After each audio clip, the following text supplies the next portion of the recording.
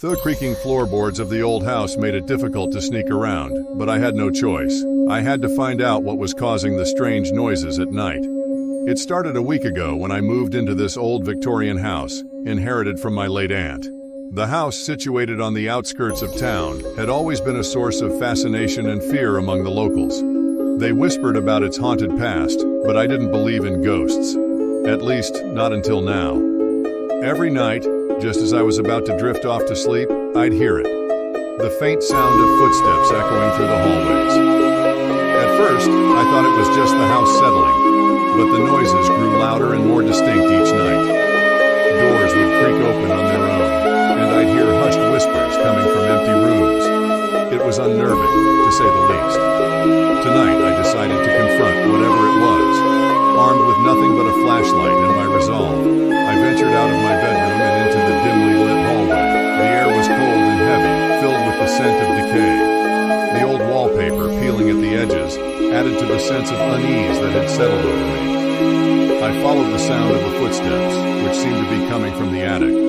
I hesitated at the base of the narrow, winding staircase, feeling a chill run down my spine. With a deep breath, I began to climb, each step creaking ominously under my weight. The air grew colder as I ascended, and I could see my breath in front of me. When I reached the attic door, I paused, my heart pounding in my chest. The door was slightly ajar, and I could see a faint light coming from inside. I pushed it open slowly, the hinges protesting with a loud squeak.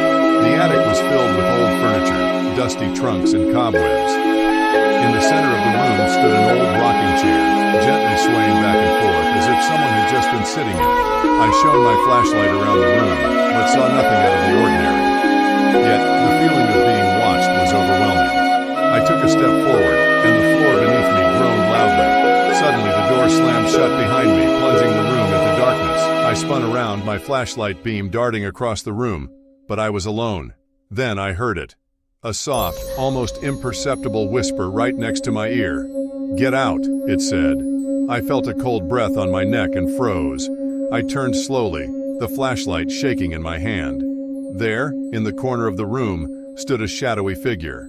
It was tall and thin, with hollow eyes that seemed to pierce through me. It reached out a bony hand and I felt a sharp pain in my chest. I stumbled backward, my flashlight slipping from my grasp and clattering to the floor. The room was plunged into darkness once again, and I could hear the figure moving closer. I scrambled to my feet and bolted for the door, my heart racing. I yanked it open and fled down the stairs, not daring to look back. As I reached the bottom of the stairs, I heard the faint sound of laughter echoing through the house, a chilling, malevolent sound that made my blood run cold. I burst out of the house and into the cold night air, my breath coming in ragged gasps. I didn't stop running until I reached the safety of my car. I drove away, vowing never to return to that cursed house. Whatever was in there, it could keep its secrets. I didn't need to know. Even now, as I sit here writing this, I can still feel that cold breath on my neck, and I wonder if I'll ever truly be free from the terror that house has unleashed upon me. Some nights, I wake up to the sound of faint footsteps, and I fear that the darkness I fled has followed me, waiting for the right moment to reclaim what it lost.